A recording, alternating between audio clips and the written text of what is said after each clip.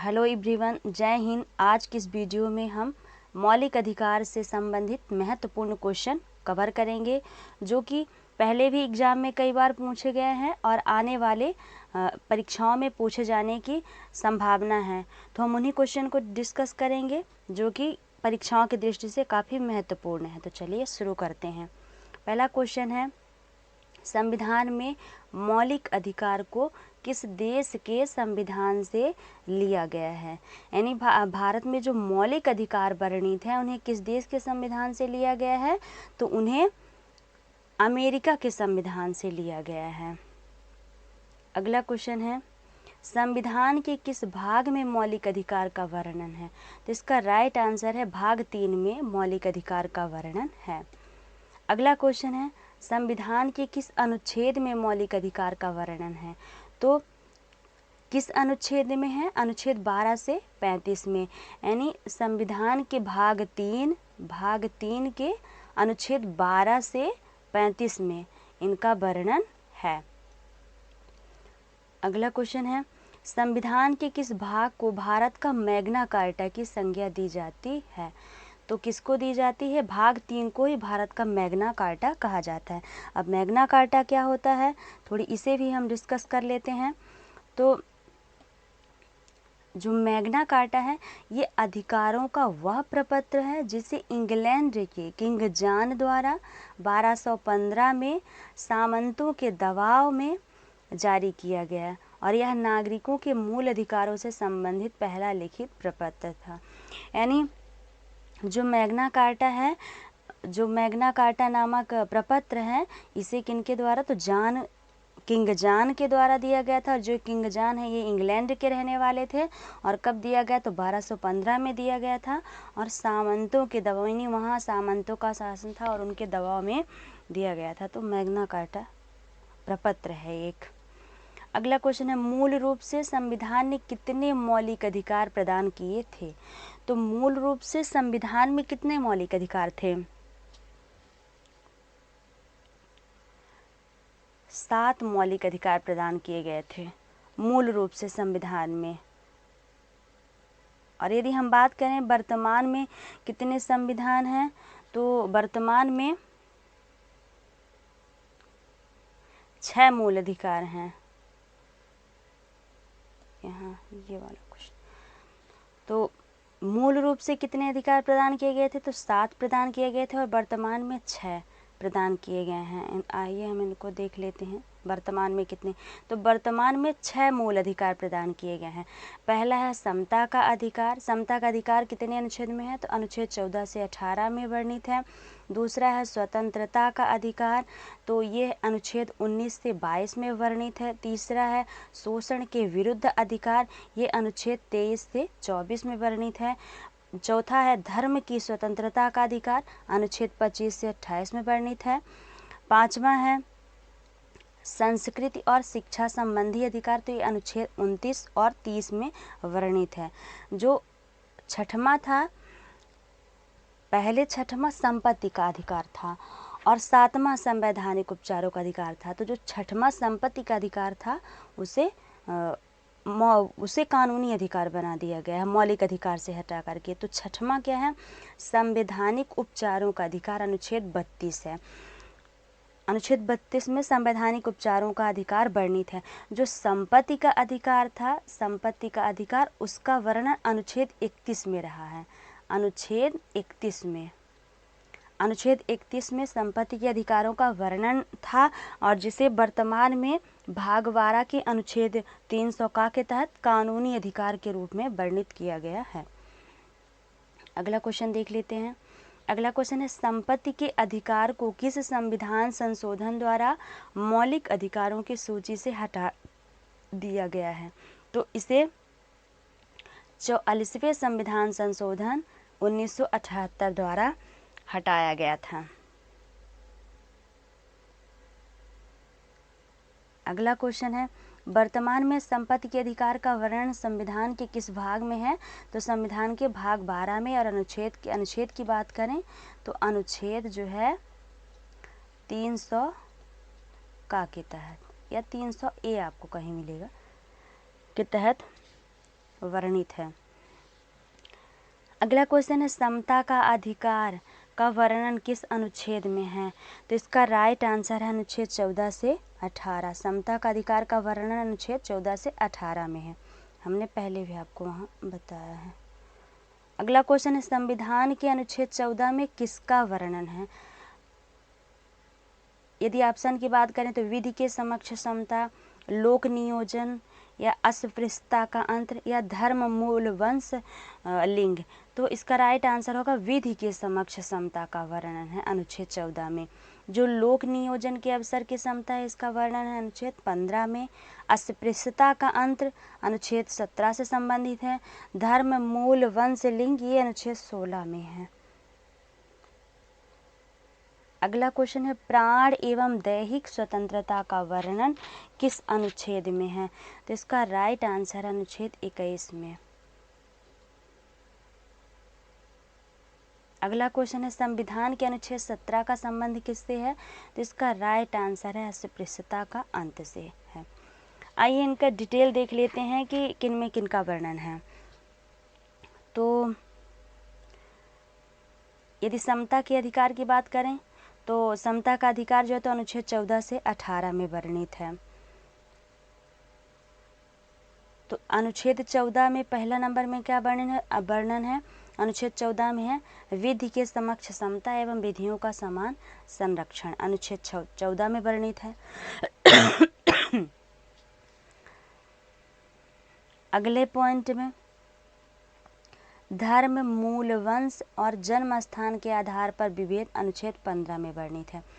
यानी जो समता, यानी हर व्यक्ति के लिए समता समानता जो होगी तो सब जो विधि है वो जो भी कानून न्याय विधि जो है वो सभी के लिए समान रहेगा। धर्म मूल वंश और जन्म स्थान के आधार पर रहने के लिए भेद नहीं किया जाएगा, अनुच्छेद 15 में वर्णित है। लोक नियोजन के विषय में अवसर की समता अनुच्छेद 16 में वर्णित है। अस्पृश्यता का अंत अनुच्छेद 17 में वर्णित है। सेना या विद्या संबंधी सम्मान के सिवाय सभी उपाधियों पर रोक अनुच्छेद 18 में वर्णित है। यहाँ अनुच्छेद 18 लिखा होना चाहिए, अनुच्छेद 18। अगला है स्वतंत्रता का अधिकार। तो जो स्वतंत्रता का अधिकार है इसका वर्णन अनुच्छेद 19 से 22 में। तो पहला 19 में क्या है? वाक एवं अभिव्यक्ति की स्वतंत्रता, सम्मेलन, संघ, निवास, अनुच्छेद 19 में वर्णित है। यानी हमको अपनी जो विचार हैं उसको अभिव्यक्त करने के लिए या हमको कहीं सम्मेलन करना है तो सम्मेलन करने के लिए, संघ बनाने के लिए, निवास करने के लिए, इन सब का जो वर्णन है वो अनुच्छेद 19 में है। उसके तहत हमको अधिकार दिए गए हैं। अपराधों के लिए दोष सिद्ध के संबंध में संरक्षण अनुच्छेद 20 के तहत दिया गया है। प्राण एवं दैहिक स्वतंत्रता का संरक्षण अनुच्छेद 21 में है। प्रारंभिक शिक्षा का अधिकार अनुच्छेद 21 ए में है। कुछ दशाओं में गिरफ्तारी और निरोध से संरक्षण अनुच्छेद 22 में वर्णित है। तीसरा है शोषण के विरुद्ध अधिकार। तो इसका वर्णन अनुच्छेद 23 से 24 में है। शोषण से बचाने के लिए पहला है अनुच्छेद 23 में बलात् श्रम का प्रतिषेध 23 में है, अनुच्छेद 23। और कारखानों आदि में बच्चों के नियोजन का प्रतिषेध अनुच्छेद 24 में है। चौथा है धर्म की स्वतंत्रता का अधिकार। तो अनुच्छेद 25 से 28 में वर्णित है। पहला है अंतःकरण की और धर्म को अबाध रूप से मानने, आचरण और प्रचार करने की स्वतंत्रता अनुच्छेद 25 के तहत है। यानी हम अपने धर्म को माने, उसका प्रचार करें और अपने अंतःकरण यानी धर्म के प्रति जो हमारे अंतःकरण में विचार हैं उसके लिए जो स्वतंत्रता प्रकट करने के वो अनुच्छेद 25 में वर्णित है। धार्मिक कार्यों के प्रबंध की स्वतंत्रता अनुच्छेद 26 में दी गई है। किसी धर्म की अभिवृद्धि के लिए करों के संदाय के बारे में स्वतंत्रता अनुच्छेद 27 में दी गई है। कुछ शिक्षा संस्थाओं में धार्मिक शिक्षा या धार्मिक उपासना में उपस्थित होने के बारे में स्वतंत्रता अनुच्छेद 28 में वर्णित है।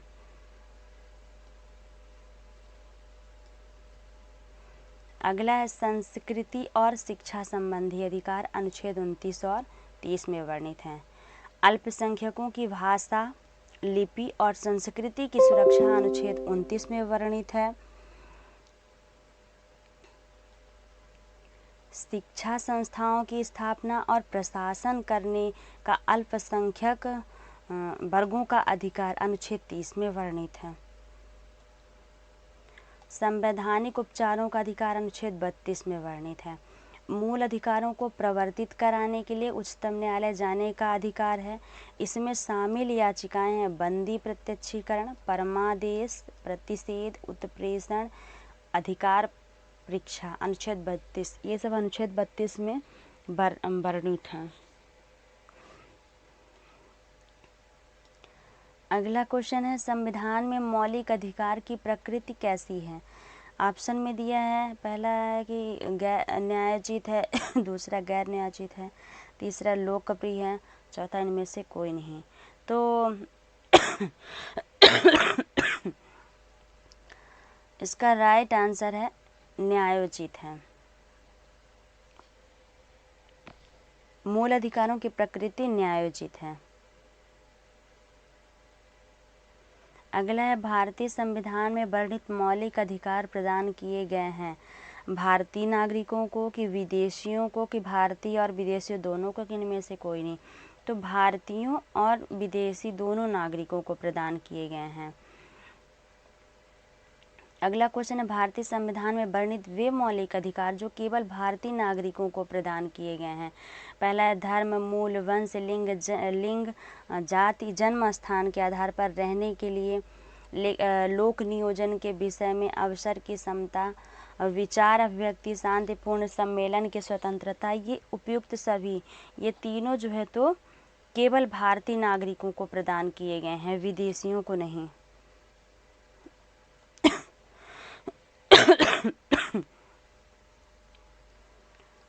धर्म, मूल, वंश, डिटेल देख लेते हैं। धर्म, मूल, वंश, जाति, लिंग, जन्म स्थान के आधार पर विभेद का प्रतिषेध, अनुच्छेद 15 में वर्णित है। लोक नियोजन के विषय में अवसर की समता, अनुच्छेद 16 में है। विचार अभिव्यक्ति, शांतिपूर्ण सम्मेलन, निर्बाध विचरण एवं निवास तथा संघ बनाने की स्वतंत्रता, अनुच्छेद 19। अल्पसंख्यकों को शिक्षा एवं संस्कृति संबंधी अधिकार, यानी ये जो अधिकार हैं ये केवल भारतीयों को दिए गए हैं।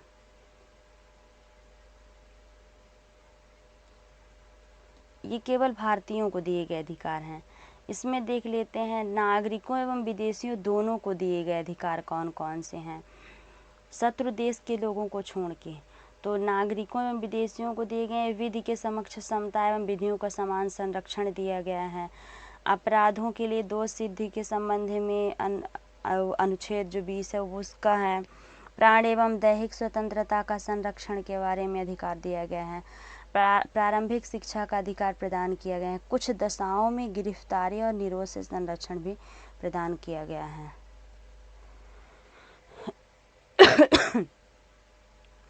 अगला है बलात् श्रम का प्रतिषेध, अनुच्छेद 23। कारखानों आदि में बच्चों के नियोजन का प्रतिषेध, अनुच्छेद 24।